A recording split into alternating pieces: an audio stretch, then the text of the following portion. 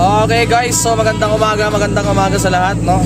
At tayo ay papunta na ngayon ng Agayusan Integrated School para sa kanilang Foundation Day. Yung Sabado, March 28, 2026, no?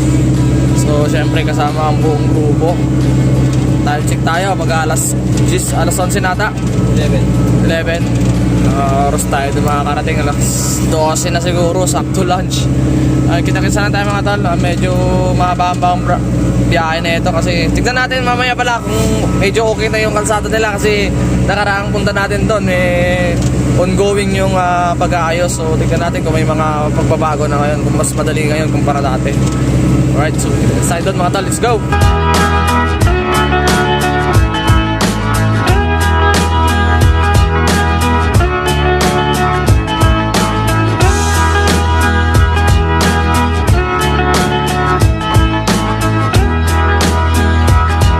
Okay, touchdown Gayusan. So tignan niyo naman ang list ng progress dito. Nakaraan open lang to, ngayon may lilim na at ang luwag ng stage nila.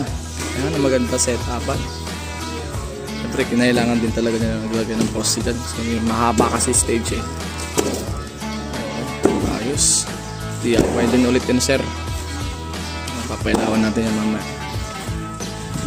Ayan, baba mo ng boys. Napakalikabok ng daanan, tignan nyo naman ang itim-itim pa naman ni Aldrin. Talagang halatang halata mo yan. Sa baba mo yan ipampag kasi babalik lang doon Luhawa siya maski si Leslie Siguro pag binlower kami ako usok dito Oo, malamang. Kaya ikaw ay walang blower usok kayo. Ba't mo pinatay? Time check, alauna. Tignan nyo mga pinagagawa nila Nakapulot sila ng paan ng lumang tent. Kasi nga naiwan nila yung T-bar ng light stand. Paano sila magkakabit ng mga ilaw dyan? Gagawa sila ng paraan, kasalanan nila para-parehas yan Ayun tahimik sila guys Tanggal yung angas nila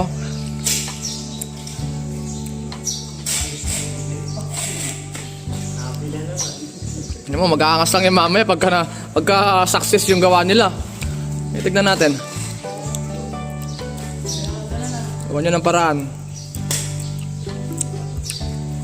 Hindi nyo nagawa ng paraan yan, tatanggalin ko yung pro sa pangalan natin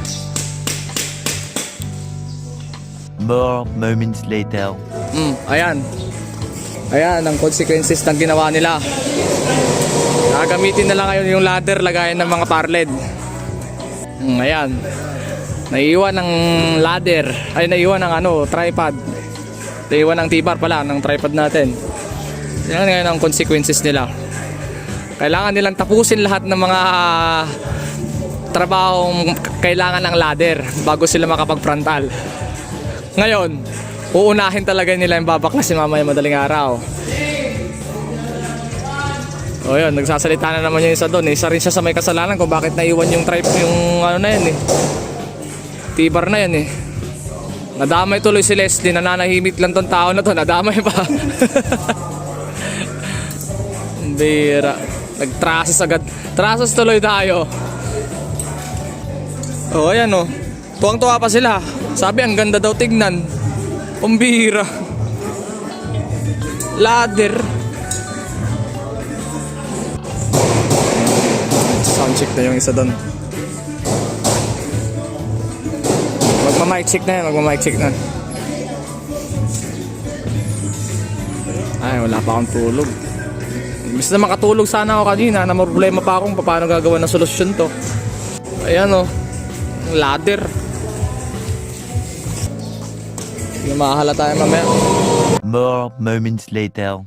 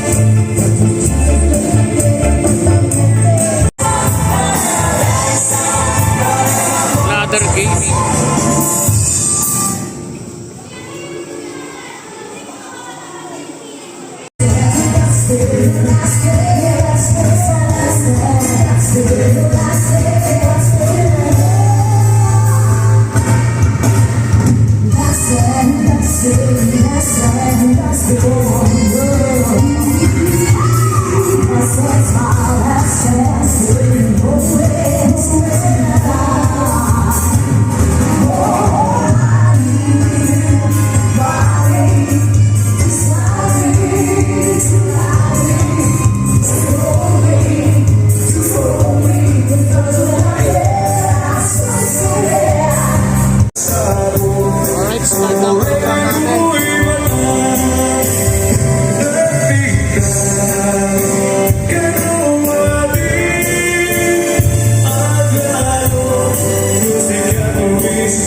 Ladder gaming, oh. Kinahoktra si